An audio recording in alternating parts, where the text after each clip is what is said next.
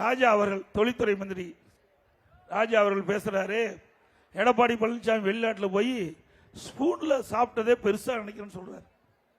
நான் போய் வெளிநாடு போய் ஸ்பூன்ல சாப்பிட்டது பெருசா நினைக்கிறேன்.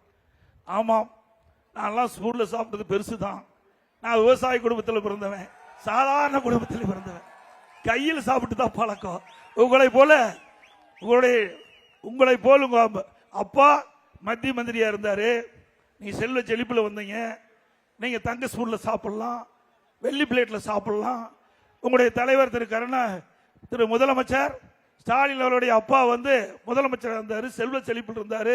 அவர் தங்க ஸ்பூன்ல சாப்பிடலாம், இன்றைக்கு வெள்ளித்தட்டில் சாப்பிடலாம்.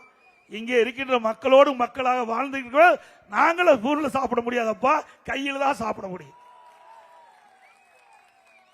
ஏழை மக்களை சிந்திக்க வேண்டும்.